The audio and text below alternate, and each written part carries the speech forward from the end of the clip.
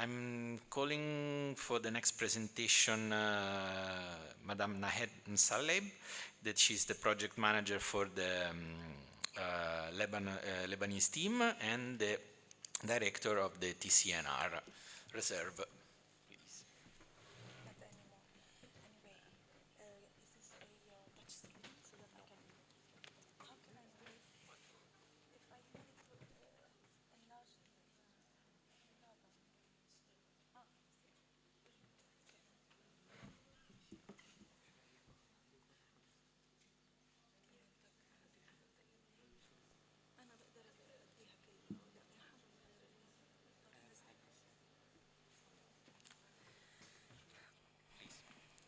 Thank you all. Okay, I'm gonna present the experience of TCNR in applying the tools provided by the Med4 EBM project, and to show the efforts that have been so far executed under this project, and update you about how far we reached through this project. Actually, this is an aerial view of Tiro city that you can see here as the peninsula into the sea. And southward of it, you see the wide stretch of sand. This is the start point of Tiro Coast Nature Reserve. Starting by the touristic zone, which is the famous beach of TCNR, worldwide known, and it's an attraction site for tourism. Followed by the conservation zone, covered by some vegetation, and then south of it there is the refugee camp that cuts the reserve in the middle. And the last part of the reserve is the agricultural zone of Ras Al Ain. Now, as I am presenting it, you notice that our reserve has three different components. And I can add to it that it has a fourth component, which is the marine zone facing the terrestrial part. So there is a touristic zone, there is a conservation zone, and there is an agricultural zone. And facing all that terrestrial site, there is the marine zone. And this entails a multitude of stakeholders, different ecological and ecosystem services. And this means that in order to be able or capable to properly manage this type of reserve, we need to have an integrated system and a holistic approach, and something that simplifies our management of these diverse ecosystems and dealing with different types of stakeholders. And this is how this project, especially the innovative tool of Proget's ISP software, that helped us to just recognizing the starting point to simplify our work. Now, as with our colleagues, we started first by defining our thematic area and defining it through a tabular form to define the main components, their subcomponents, and also later on with the discussion and with the interaction with the experts and with the stakeholders to define the interactions between these components, because you cannot define the interactions relying on your own knowledge. These stakeholders might have their own experience telling you what you ignored, so that if you wanna provide them with any intervention, they would accept it. If you had already opened the dialogue with them and let them define what the reserve represents for them. And this is what we did through a series of workshops, gathering data from experts who have already conducted a series of studies about the area and the reserve itself, which was the starting point of designing our system diagram. And finally, in order to better understand these interactions and to further develop the analysis of our system, and in order to be able to analyze the cause-effect dynamics and to later on base on these dynamics our interventions as action plans and management plans, we define the indicators that would best describe these interactions, because these are measurable data that we can use in order to decide whether we need to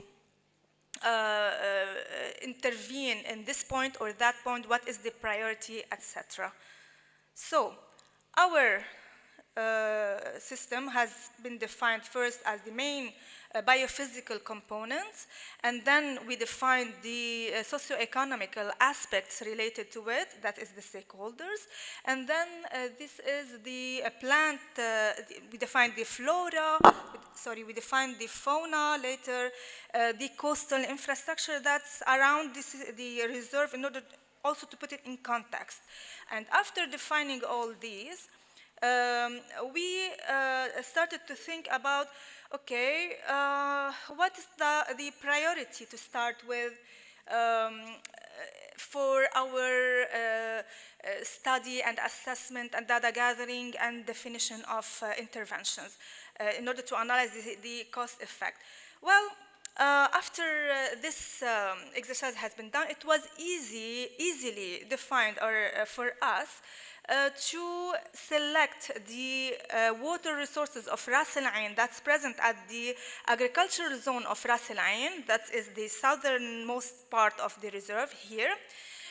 This resource of water is a priority for us, not for us as the managers, the authority in charge of managing the reserve, but also for the entire community, for the community of Tiro and its surrounding, because this source of water is the only source of domestic water for the entire area.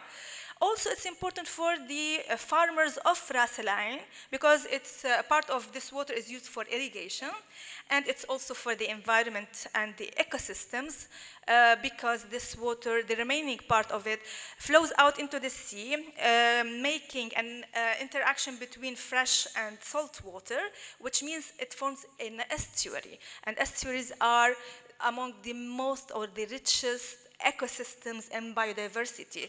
And this means that this particular component in our reserve has an effect on everything that is of importance for everyone. And this is why we prioritized studying the cost-effect analysis about this component. So, how we did that? First, we defined our study area. As you can see, this is the map of Lebanon, and the area where our study area falls in is the most southern part of Lebanon. It's the district of Tiro.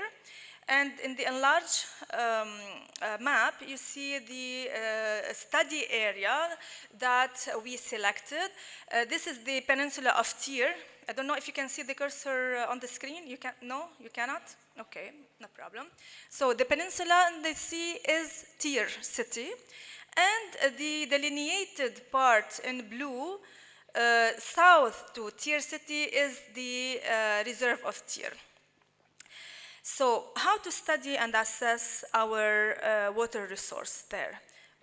There are two approaches to assess it, either in quantity or in quality. And from looking back to the system diagram that we have, having had already defined our influencers over the quantity and quality of the reserve, now we could easily select which subcomponent or which aspect to focus on. We decided to focus on the quantitative measurement, measurement of the interaction between the main influencers, which are the farmers inside the reserve at Ras Al Ain and upstream it, the farmers conducting agricultural activities upstream the reserve. Why? Because we're talking about water, and water is affected by upstream activities.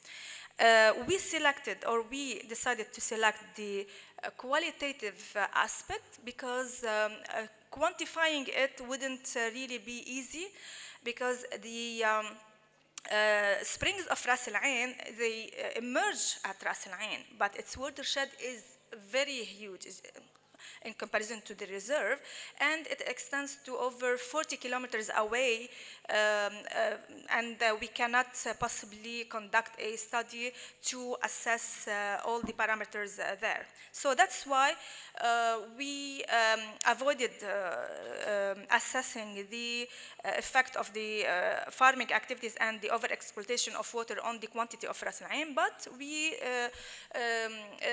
decided to assess the agricultural land use which is performed by the farmers in upstream Ras Al Ain, in the lower subcatchment of the entire watershed of Ras Al Ain. You can see here the dark blue dots. These represent the samples that were taken in that area.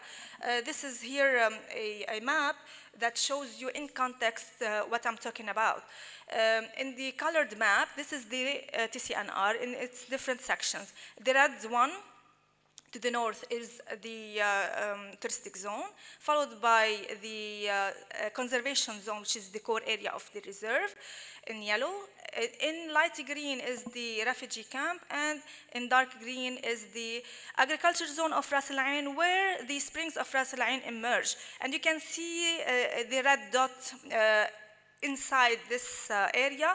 This is actually two dots that are very close together, so they cannot be distinguished from each other, and they represent the two samples taken from the springs of Ras Al Ain.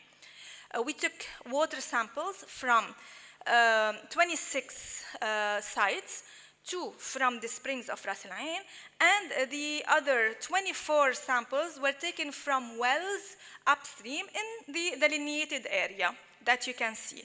And we conducted lab analysis defined by several parameters, and those parameters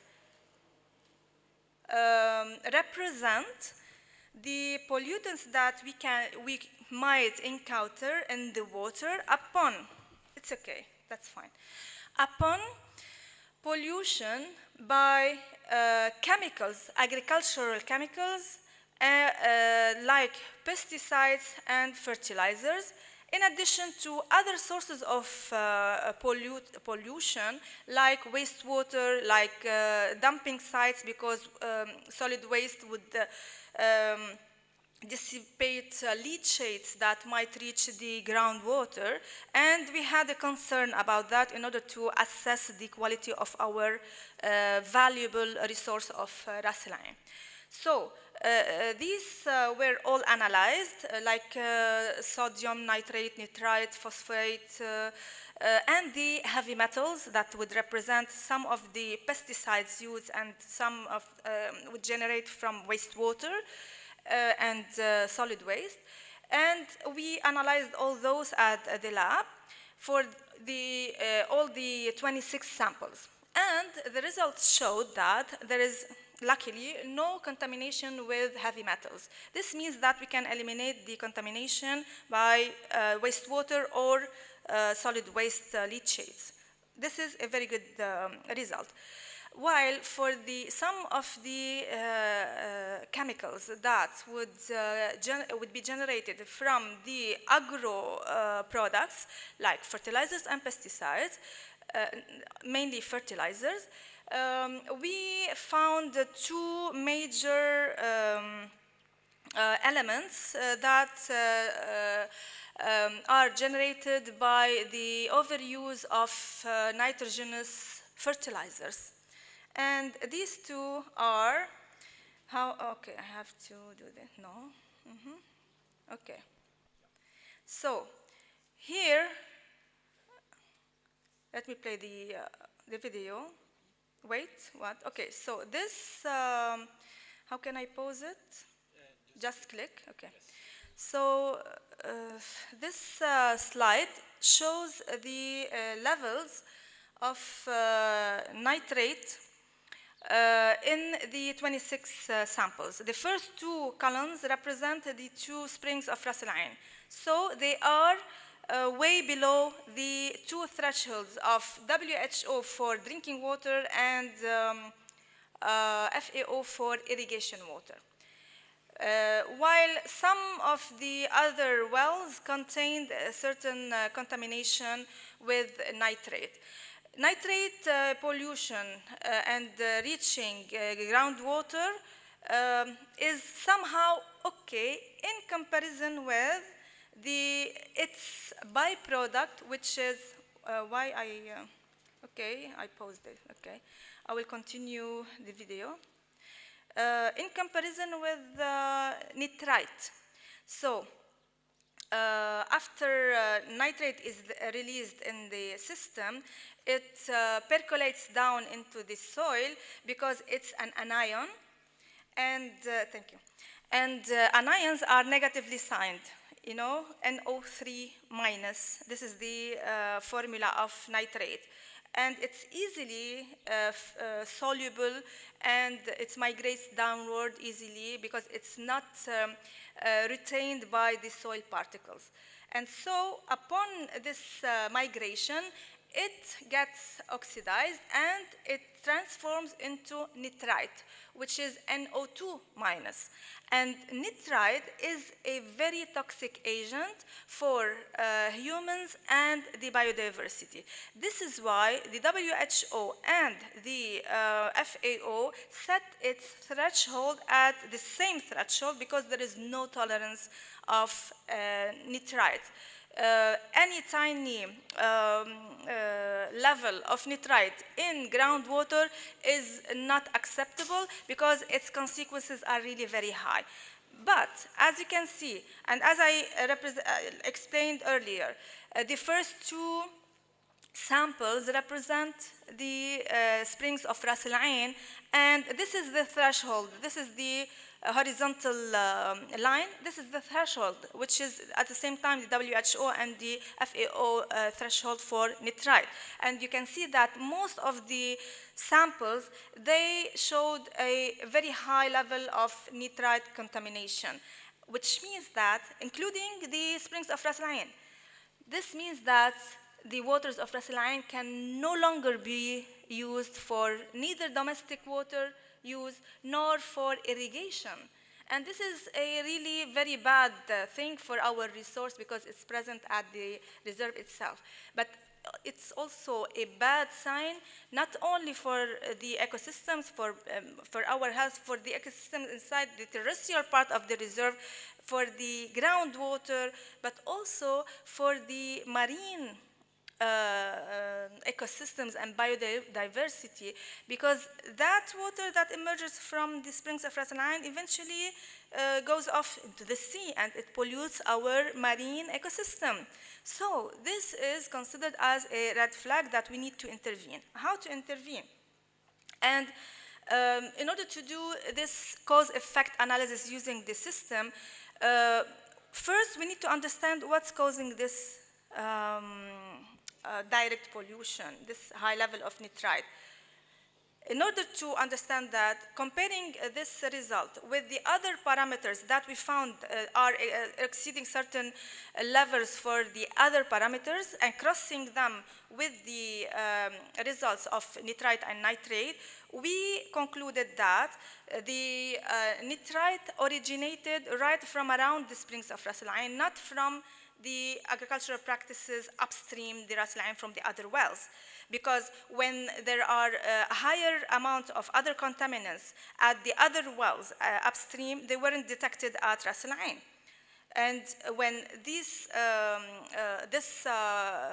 element was detected at Ras Al Ain, at some of the other wells or samples, it wasn't detected at the same level, but at the lower level. So they are not affecting the levels of nitrite at Ras Al Ain directly. So we conclude that this element, this toxin, originated from right around Ras Al Ain.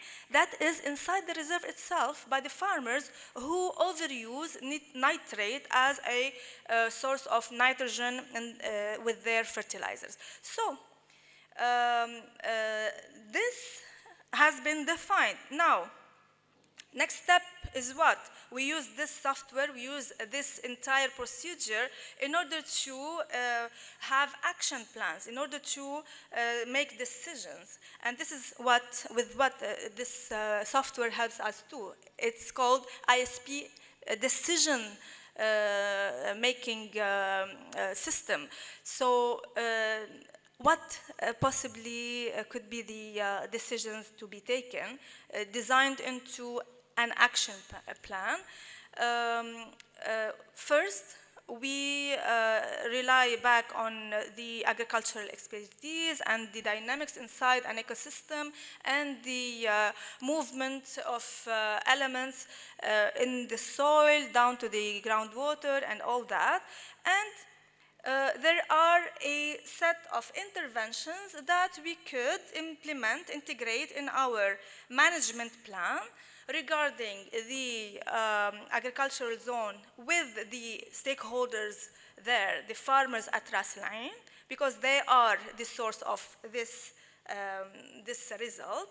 So we can intervene with something really soft intervention instead of relying on very hard interventions that wouldn't be accepted by those stakeholders, because eventually we don't want to kill them, we don't want to exclude them from benefiting still from this ecological services, which is the agricultural lands of Ras Al Ain, the water resource of Ras Al Ain, etc. We want to include them, we want to cooperate with them, and work all together for the sustainability of the ecosystem and its ecological services. So how to do that? In a participatory approach, providing them with certain managerial interventions that they would accept and that would be applied by them, not very hard on them to consider costly or hard to apply, to adopt, or it's an exclusion measure by us or imposed by us, but at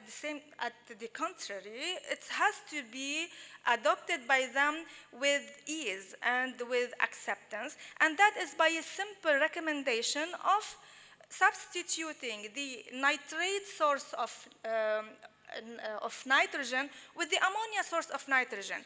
So we're not telling them, no, it's not worth. It's not worth. No. Because I'm an agricultural engineer, I know what I'm talking about.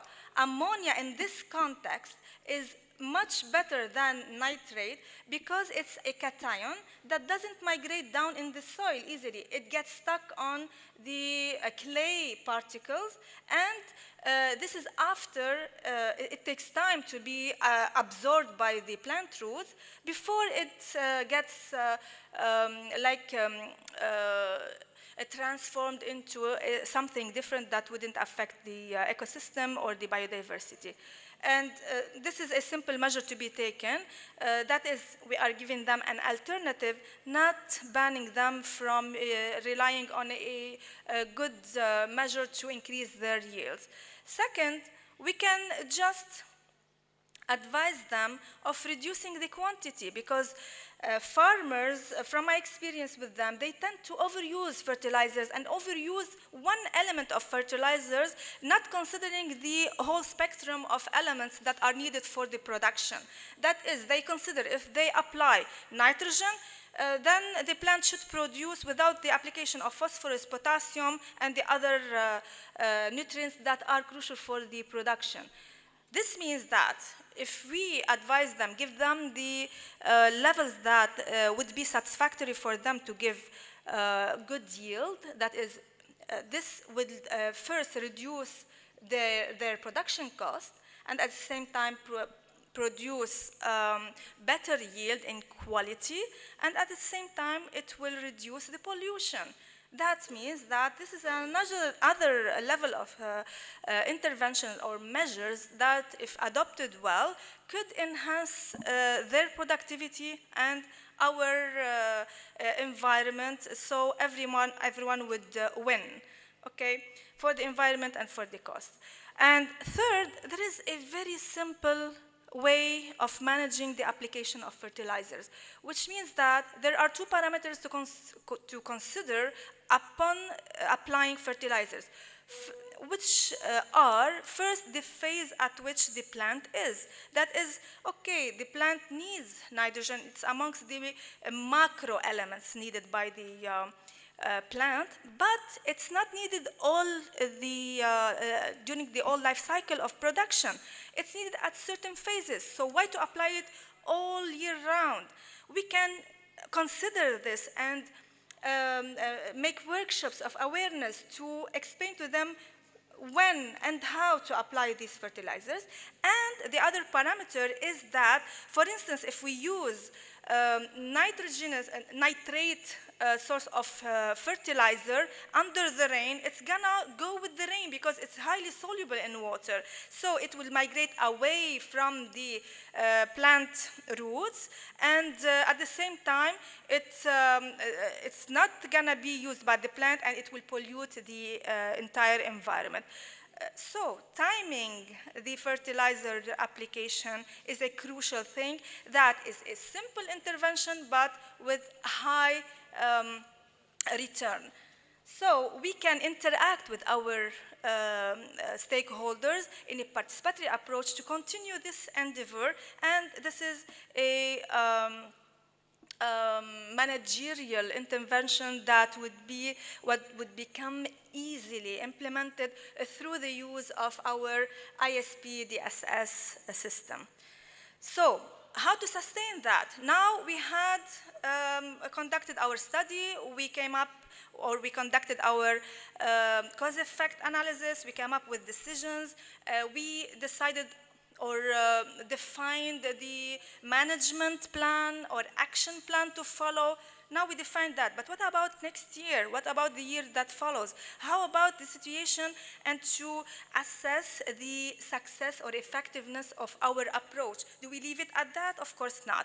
What we need to do is to keep monitoring the levels of pollution with these elements that have been detected over time and crossing them with the practices that have been shifted, maybe, and that should be shifted after our intervention through the adoption of these good agricultural practices that we would disseminate among our farmers, our stakeholders.